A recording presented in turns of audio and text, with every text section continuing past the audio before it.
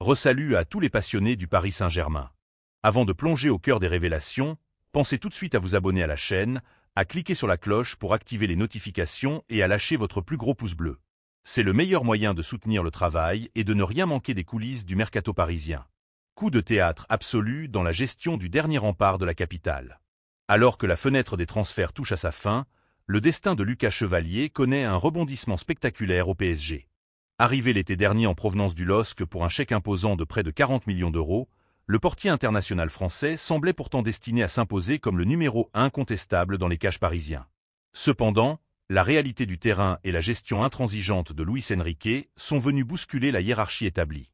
Après un premier exercice délicat où ses prestations manquaient cruellement de certitude, le gardien tricolore a progressivement perdu la confiance du staff, laissant une ouverture royale à son rival. C'est le Russe Matvei Safonov qui a su saisir cette opportunité en début d'année. Plus autoritaire dans le domaine aérien et surtout nettement plus adroit au pied dans le système de possession prôné par Luis Enrique, Safonov s'est installé dans les buts sans jamais laisser sa place. Un déclassement sévère pour Lucas Chevalier, dont la cote a chuté et qui a payé cash ce manque de temps de jeu, voyant même le train de l'équipe de France s'éloigner alors qu'il visait une place au mondial. Face à cet imbroglio sportif, l'état-major parisien avait pris la décision de trancher net. D'après les informations diffusées par Romain Molina, Paris souhaitait vendre Chevalier pour dégager une belle liquidité et délester sa masse salariale. Pour le remplacer, le PSG s'était positionné sur l'un des profils les plus convoités du marché, Zion Suzuki. Selon la presse internationale, un accord total autour de 35 millions d'euros avait même été trouvé avec Parme pour concrétiser la venue de l'international japonais au Parc des Princes. Mais au moment de finaliser ce transfert à 35 millions d'euros, Paris a brutalement fait machine arrière. Le club de la capitale a décidé de tout stopper au tout dernier moment, redistribuant complètement les cartes du mercato. Profitant immédiatement de ce retrait parisien, Aston Villa s'est engouffré dans la brèche en Premier League pour boucler l'arrivée de Zion Suzuki. Ce volte-face stratégique a totalement relancé le cas Lucas Chevalier. Faute d'arrivée entre les poteaux, la porte de sortie s'est subitement refermée pour le Français. Aujourd'hui, les médias confirment que la recherche d'un nouveau gardien n'est plus à l'ordre du jour et que la direction privilégie la stabilité. Ce choix de conserver le portier tricolore permet au PSG d'investir ses ressources sur d'autres dossiers brûlants. Après avoir renforcé son attaque avec les arrivées de Mbangula et Ferran Torres, Paris doit désormais dégraisser. Si le défenseur Ilia Abarni est désormais certain de rester pour préserver la profondeur de l'effectif, la porte demeure grande ouverte pour Renato Sanchez, Ibrahim Mbaye, mais surtout Bradley Barcola. Pour Chevalier, une nouvelle bataille commence.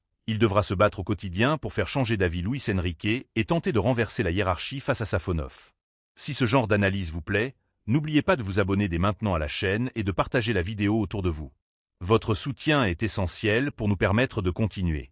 Passons désormais à un autre dossier brûlant qui enflamme le mercato entre Paris et Liverpool, le cas Ibrahim Mbaye.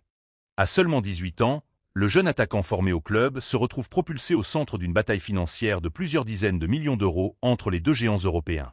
Alors que le PSG a validé le principe d'un départ de son jeune talent cet été, les prétentions financières de la direction parisienne ont atteint des sommets. D'après les révélations de RMC Sport, Paris exige pas moins de 70 millions d'euros pour libérer l'international sénégalais, avec des demandes oscillant entre 70 et 80 millions selon les intermédiaires. Une valorisation impressionnante pour un pur produit du centre de formation, illustrant la volonté du PSG de réaliser une plus-value 100% nette pour se caler sur les règles du fair-play financier. Il faut dire que la progression d'Ibrahim Mbaye a de quoi séduire.